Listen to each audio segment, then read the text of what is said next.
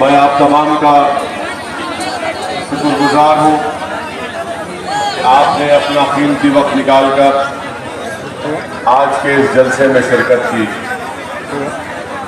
मैं सबसे पहले इस बात का तस्करा करना ज़रूरी समझता हूँ बहैसियत एक जिम्मेदार एक जमात के कि मजलिस इत्तेहादुल मुस्लिमीन ने जो फैसला लेकर मुख्तलिफ असम्बली हल्क़े-जात से अपने उम्मीदवारों को नामजद किया और उनको टिकट दिया, ये फैसला मैंने तमाम मजलिस के जिम्मेदारों से मुशावरत के बाद ये फैसला मैंने लिया और ये आखिरी फैसला मेरा है। और मैं इसमें शुक्रिया अदा करना चाहता हूँ हमारे हैदराबाद से तशरीफ लाए जो हैदराबाद से मजलिस इत्तेहादुल मुस्लिमीन के ऑब्जर्वर हैं, जनाब माजिद हुसैन साहब का, जनाब अख्तरुल ईमान साहब का, मेरे छोटे भाई जनाब आदिल हसन का, जनरल सेक्रेटरी आफ्ताब साहब का। ये फैसला मैंने लिया है और अगर किसी मेरे मजलिस के जिम्मेदारों को शिकायत है तो आपकी शिकायत मुझसे होनी चाहिए और अगर कोई इस फैसले से नाराज़ होना वाजिबी है क्योंकि हम सबको टिकट नहीं दे सकते, मैं उन नाराज़ लोगों से भी अपील कर रहा हूं कि आज भी आपके लिए हमारे दरवाजे, दिल के दरवाजे खुले हैं। आप आ जाइए, मैं आपको सीने से लगाने तैयार हूं।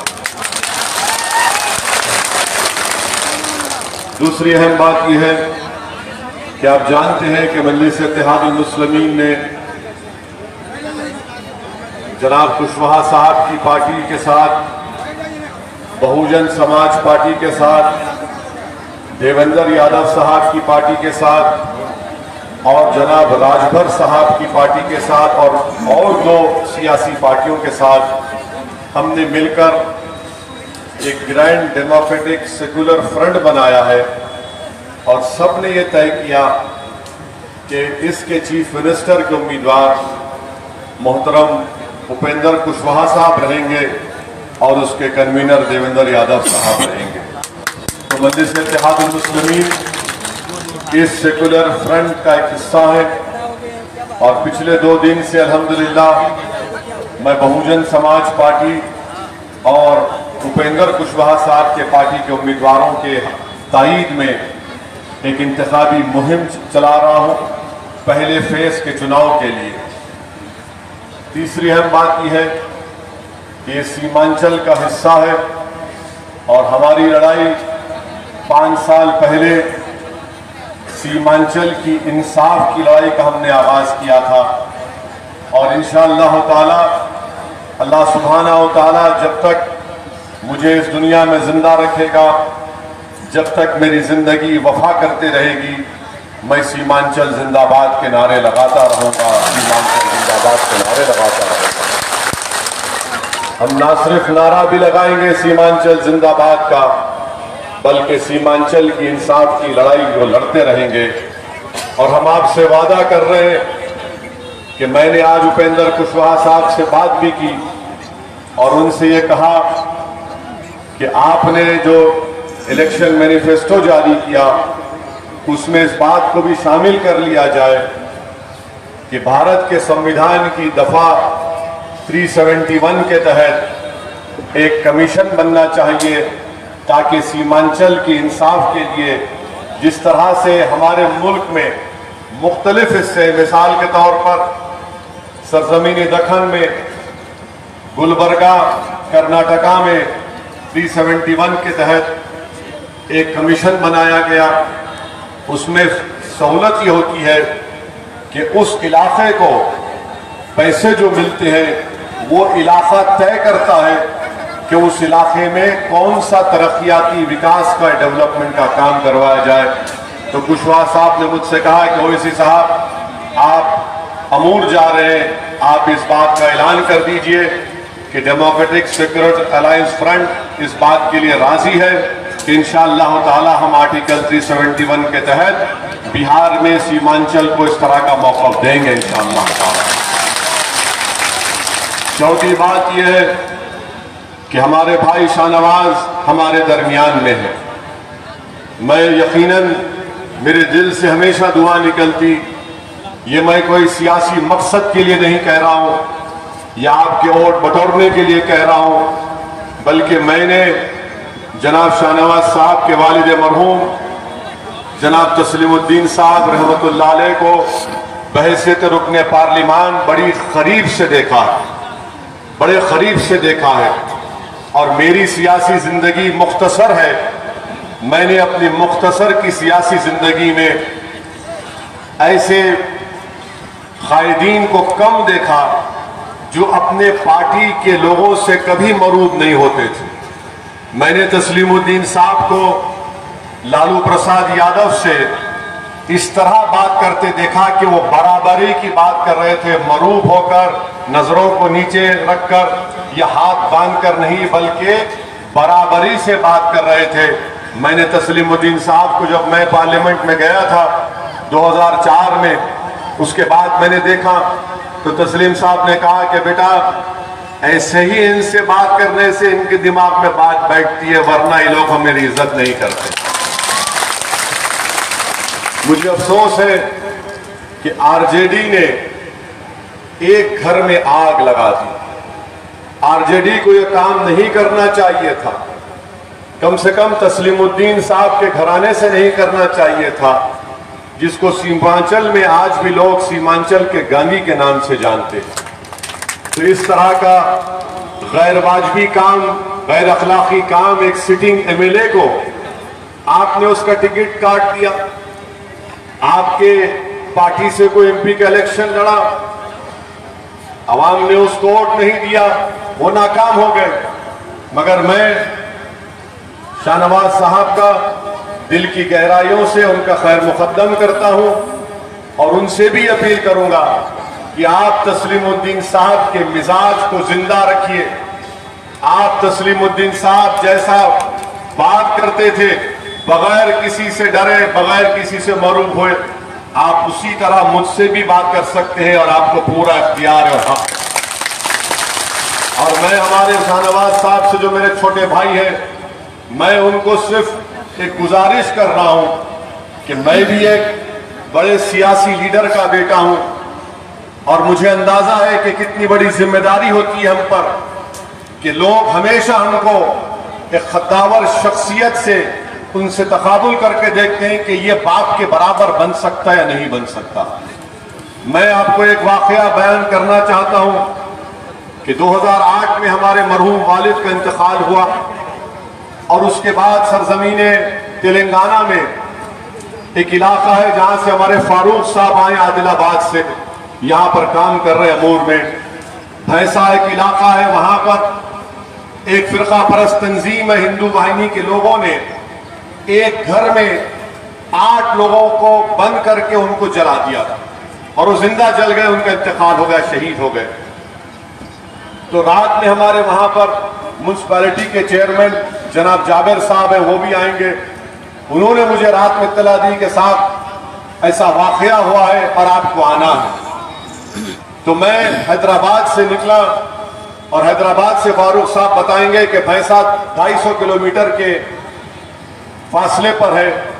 मेरे पास उस जमाने में फोर्ड एंडेवर गाड़ी थी, क्योंकि जाबिर साहब ने कहा कि आपको आना पड़ेगा, कैसा भी आओ साहब। मैंने कहा कि रोड बंद है, तो जाबिर साहब ने मुझसे कहा कि फुला गांव से वो रोड लेकर आप आइए। खैर बहरहाल हम अकेले वहां पर पहुंचे और हमारे मजलिस के जिम्मेदारों के साथ हम उस गांव में गए।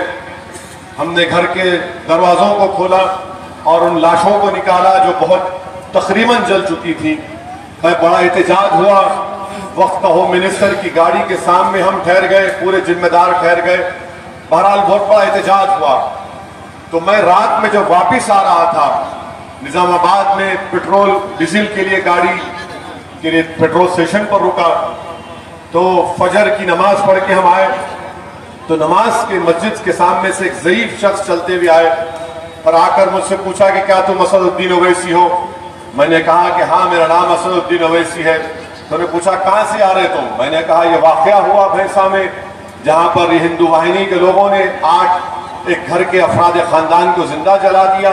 हमने एहतजाज किया तो उस ज़ईफ शख्स ने मुझे कहा कि जरा गाड़ी से उतरो। मैं गाड़ी से उतरा और मुझे अपने सीने से लगा कर कहा कि तुम्हारा बाप सलाहुद्दीन अवैसी अब जिंदा है।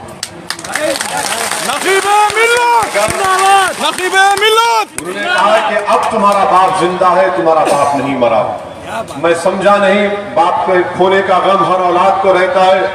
मैंने कहा कि चाचा क्या बोलना चाहते हैं? बोले कि बेटा इसी तरह गरीब मजलूमों का साथ दो, तुम्हारा बाप जिंदा रहेगा। जिस दिन तुम गरीब और मजलूम को भूल जाओगे तुम्हारा बाप मर जाएगा।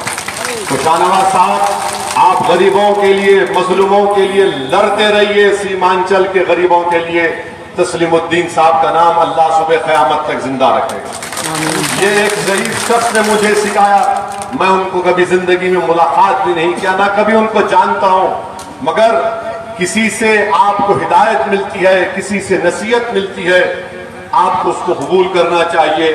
और मैंने उस ज़ईफ शख्स की उस नसीहत को अपने दिलो दिमाग में बिठा लिया और मैं अपने बाप को जिंदा रखने के लिए हर मजलूम की आवाज, हर मजलूम के इंसाफ के लिए लड़ना मेरी जिंदगी का एक मकसद आज बन चुका है।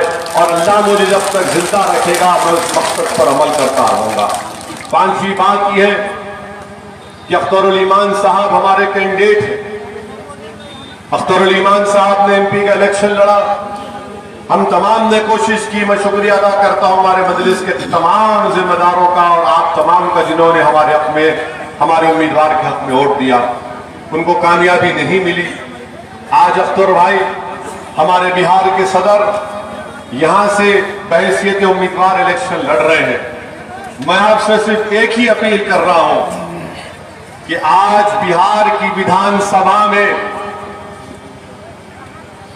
ऐसे लोगों की जरूरत है जो बिहार की विधानसभा में जाकर ना सिर्फ बिहार के गरीब मजलूम आवाम की आवाज को उठाएं, बल्कि सीमांचल की इस इलाके में बसने वाले जिनकी आवाज को पटना नहीं सुनता है। आज पटना में जो लोग बैठते हैं वो सीमांचल के ताल्लुक से अंधे हैं, बहरे हैं, गूंगे हैं। इन अंधे, बहरे और गूंगों को अख्तरुल ईमान के रूप में पटना में एक आवाज उठेगी जो सीमांचल के तड़पते हुए नौजवानों के दिलों में जो आवाज है, जो हमारी माँ और बहनों के दिलों में जो ख्वाब है, जो हमारे बुजुर्गों में जो आंसू है, उसकी तर्जुमानी करने का काम इंशाअल्लाह ताला मजलिस का हर उम्मीदवार जो सीमांचल से लड़ रहा है, पटना में इनकलाब आएगा, पटना में सीमांचल का जलजला आएगा। पटना की कुर्सी पर जो कुछ बैठेगा उसको हम उस वक्त तक चैन से बैठने नहीं देंगे जब तक के सीमांचल की जमीन पर बसने वालों से इंसाफ नहीं किया जाए। इसीलिए हमारा हर जलसे में नारा होगा कि सीमांचल जिंदाबाद, सीमांचल जिंदाबाद, सीमांचल जिंदाबाद।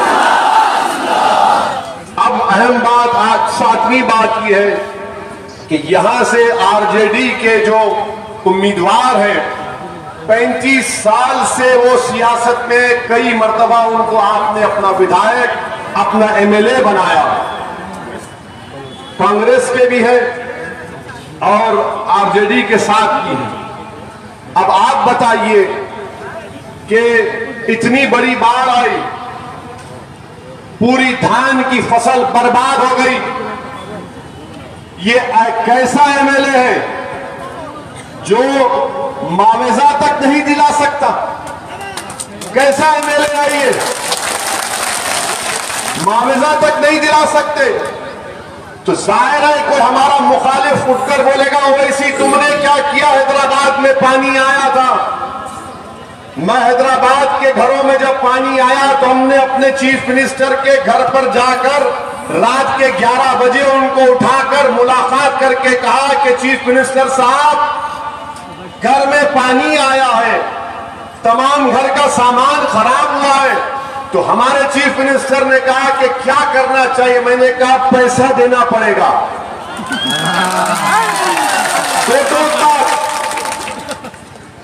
लच्छेदार गुफ्तगू ने पैसा देना पड़ेगा। बोले आप जाइए, सुबह तक ऐलान करूंगा।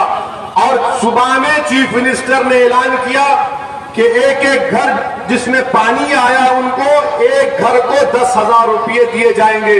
मैंने फोन करके कहा कि आपने ऐलान कर दिया, शुरू कब कर रहे? तो चीफ मिनिस्टर ने कहा क्या आप मेरे सर पर बैठ जाएंगे?